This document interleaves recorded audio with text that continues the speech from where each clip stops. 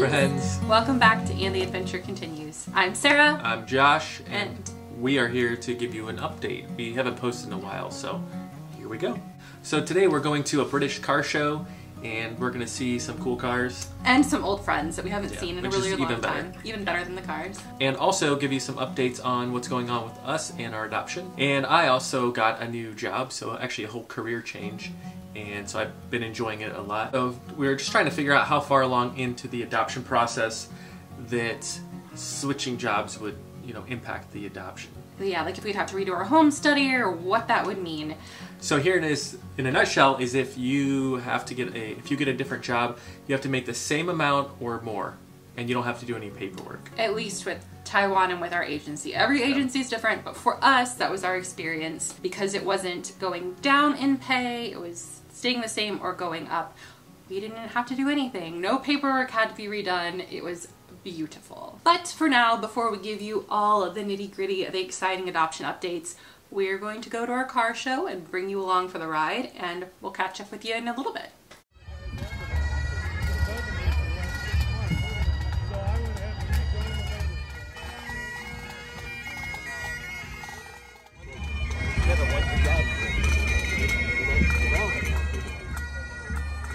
How is it?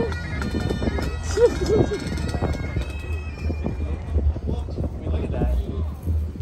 It's Katrina is the name of it. Oh, I better watch out for Katrina. And we are back. The car show wound up being a whole Highlands Festival. So there was like log tossing and haggis, which we did not eat, and all kinds of fun. Oh, lots of men in kilts. It was a really good time. That one guy bent down in front of you on accident. Yeah. But we are home now, and we have lots of fun adoption updates that we want to give you. We have a lot to fill you in on, so let's get started. So we want to give you a little recap. It's been a little while. So we're going to start kind of a timeline here, and we're going to kind of recap. Yeah, if you're anything like me in this whole adoption process, knowing dates and how long different steps have taken is something that I really love to know from other families. So we're going to give you our timeline so that maybe it can help you set your expectations for your timeline, although yours might be totally different. Who knows? September 27th of 2022, our agency sent our dossier to Taiwan. Yay! And then we didn't hear anything for 2 months, so that's what September, October, November. And then on December 28th, we had a video call, and in that video call, we talked to the social worker, yeah. And they said that the dossier did go to court. Yeah, and actually the social worker told us that it went to court on December 8th. So our call was on December 28th, and the social worker is like, oh yeah, your dossier went to court back on December 8th. That we were like, what? That's awesome. And then January, we didn't hear anything, mainly because Lunar New Year was going on. So Taiwan was partying, and there was just nothing in January, no calls, no anything. So on February 5th, we saw our children together in the same place, so they were able to hug each other, and it was a lot of fun. That was February 5th. For only the second time in their lives. It was awesome. They had so much fun. So in between all this, we've been emailing our adoption agency, just, hey, have we heard anything? Has court happened? Do we have any idea when court's gonna be?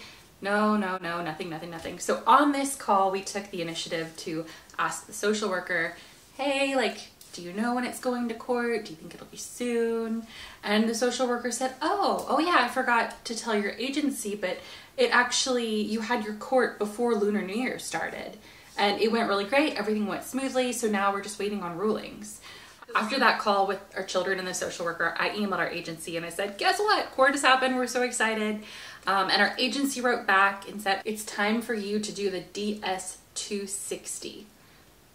I had no idea that there was a DS-260 or what it was. I thought paperwork was kind of over, and it wasn't. And I would recommend going ahead and, if you're kind of far along in the part, just check out the form online, and you could probably pre-fill out some of that stuff so it's ready to go. Yeah, it's on I'll put the web address in here somewhere, but it has to do with visas again. It was fairly simple. Our agency did go on ahead and send us a manual as far as what things to put down. It gets a little complicated because that form you're filling it out on behalf of your children, not necessarily for yourself. It asked a lot of questions like, do you intend on coming to the United States and like selling drugs or human trafficking? Like really random stuff when you think about it in the context of like, why are they asking my child this? 90% of the form, you're just like, no, no, no, no, no. That DS-260 form is the final piece that you need to actually get your children's visas that are specific to them. One thing we did run into with that DS-260 process is we had to have the NVC letter for each child. And the NVC letter was something that was emailed to us like a long time ago after we did the I-600A. I thought I deleted that on accident. Yeah, it actually went to his email and not mine, and he doesn't ever check his email, which is fine. But we almost like lost that email entirely. I don't think I deleted it, did I? Mm-mm. You almost did. Like it was like way in the depths of your emails. But we found it. We only had one of those letters in the email, and our agency said we needed one for both children. So if you're adopting more than one child, every child needs an NVC letter. It was all back in early February, and then we heard nothing for a long time. I finally emailed our adoption agency because I was really confused about like I knew that we had to wait for first ruling and then we had to wait for final ruling, but we didn't know what the timeline was for that. In that video call in early February, when we found out that court had happened, the social worker did indicate that things usually moved pretty quick, really quickly, like after court. So we were like, okay, any day, any day, any day. Nothing. And so our agency finally, in one of the emails, they said, oh, just a heads up, you probably won't know when your first ruling happens. Like you'll find out after final, but not many families hear about first ruling. And so that kind of took a little bit of antsiness off of me because I was like checking my emails every 3 seconds. Do we have first ruling? Do we have it? Do we have it? And so it was nice to know that's probably not something that we're gonna hear when it happens in the beginning. So then there was nothing for a long time, but on March 10th, we got an email. And in that email, social services from Taiwan was talking about, oh, we're just waiting on final ruling. And so then that made us realize, wait, we have first ruling? Like, we don't know when it happened, but obviously by March 10th, first ruling happened somewhere in there.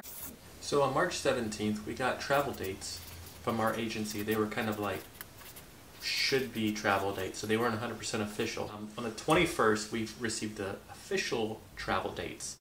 We don't really know when first ruling happened or when final ruling happened, but obviously they happened because we have dates. In how long?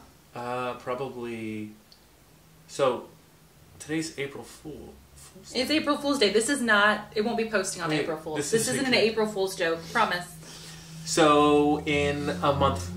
Basically, in a month, we will be on our way to Taiwan to get our kiddos. Yeah, and so some of the stuff... I just got a new job, career. Yeah, like we mentioned earlier in the vlog. So, one of the issues that I was kind of dealing with was I had to hit my 90 days. And so, I'll be able to hit my 90 days. Yeah, like just barely. Just barely. If we can schedule some doctor's appointments and dentist appointments within those 2 weeks, that'll prevent me from having to leave work. Now we're in the crazy phase of booking flights and booking hotels and finding pet sitters and house sitters and all of the moving parts, as well as still working full time. And it's a little bit crazy, but we are so stinking excited. We had a video call with our kiddos a couple days ago, and we packed their little backpacks back here. But they helped us like pick out what they wanted to go in the bag to come to Taiwan, and we spent a lot of time talking about like coming on an airplane to America and all living together and what that was going to be like. And it was just a really sweet call. Our daughter is like ready. We packed her backpack and she's like, all right, let's go. I'm ready right now. Our son is still kind of like warming up to the idea a little bit, but I mean, obviously it's going to be a huge transition for them, and we don't expect that it's all going to be rainbows and butterflies. Like, it's going to be hard for them, and we get it, and that's okay. Like, we'll help them through it. So if you're not subscribed to our channel yet, now would be a fantastic time for you to subscribe, because we should have some more very exciting videos coming out in the near future. And if you don't mind liking this video, that would really help us out too, as we try to get kind of our story in front of more people so that hopefully it can help them in their adoption processes as well. Close out this vlog, we want to leave you with some footage of some other fun adventures that we've had recently. A couple weeks ago, one of my sweet friends threw this amazing adoption shower for us, and we have the most awesome community. So we had that adventure, and then another adventure. Another adopted mama and I went on this really fun girls trip to Washington, D.C. The cherry blossoms were in full bloom and it was beautiful. And so I'm gonna throw in some of that footage as well because it was just so pretty that I have to share it. But I think that wraps it up today. So until next time, and the adventure continues. 再见. Bye. See you later. I am going on an adventure this time. Poor Josh is getting left behind. I'm actually waiting at my front door because my good friend is about to pick me up and we are going to the airport and we are going on an adoptive mama's girls trip to Washington, D.C. So come along with me for this adventure. Let's go see what we find.